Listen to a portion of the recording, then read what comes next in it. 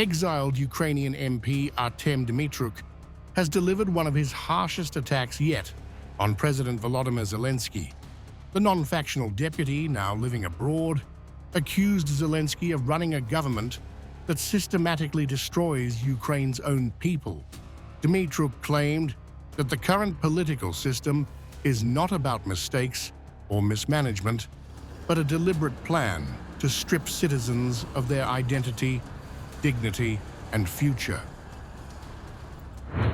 Today's, like yesterday's, politics in Ukraine is created specifically to destroy the subjectivity of citizens, to remove the ability to think, to deprive them of the past, deprive them of the present, and deprive them of the future.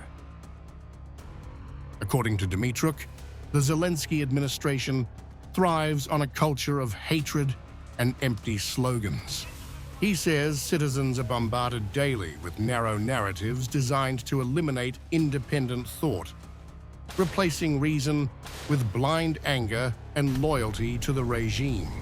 The exiled deputy insists Ukraine is being conditioned not for peace and progress, but for war and self-destruction. Instead, people are imposed narrow, primitive narratives, thoughts reduced to slogans and hatred. Dmytruk's harshest warning was reserved for Ukraine's younger generation. He argued that those under 25, many of whom have not yet fought at the front, are already losing their cultural and intellectual roots.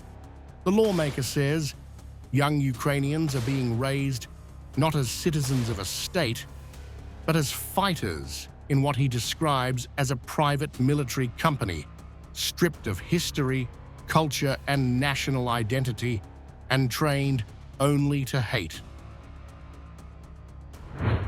The young generation is raised not as citizens of a state, but as mercenaries of a private military company. They are told history is not needed, culture is not important. The main thing is to be able to hold a gun and to hate. Beyond internal decay, Dmytruk accused Zelensky of pushing Ukraine into conflict with its neighbors. He cited Hungarian Prime Minister Viktor Orban, who directly accused Kiev of targeting the Druzhba oil pipeline, one of Europe's most vital energy arteries, in retaliation for Hungary's opposition to Ukraine's EU membership bid. Dmytruk said Orban's words prove Ukraine under Zelensky is driven not by diplomacy, but by blackmail and sabotage. Zelensky admitted that they are shelling the Druzhba oil pipeline because Hungary does not support their EU membership. This only proves that Hungarians made the right. One cannot enter the EU through blackmail, bombings, and threats. Orban's comments were a stark warning to the European Union. The Hungarian leader declared that Ukraine cannot hope to join Europe by threats, coercion, and destruction. Dmytruk amplified those remarks, stressing that Orban had voiced what many in Europe now feel, that Zelensky's policies are destabilizing not only Ukraine, but the continent as a whole. For Dmytruk, these are not just warnings, but proof of what he has long argued.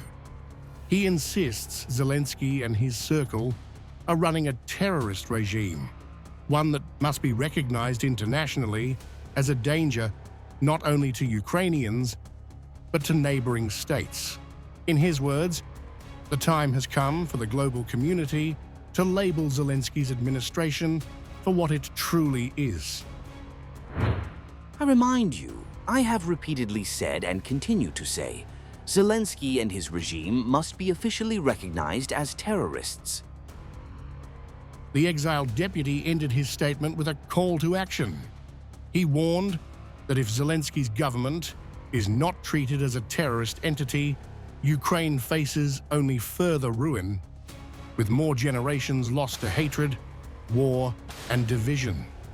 For Dmytruk, the verdict is clear. The world must stop treating Kyiv's leadership as legitimate and instead treat it as a global threat.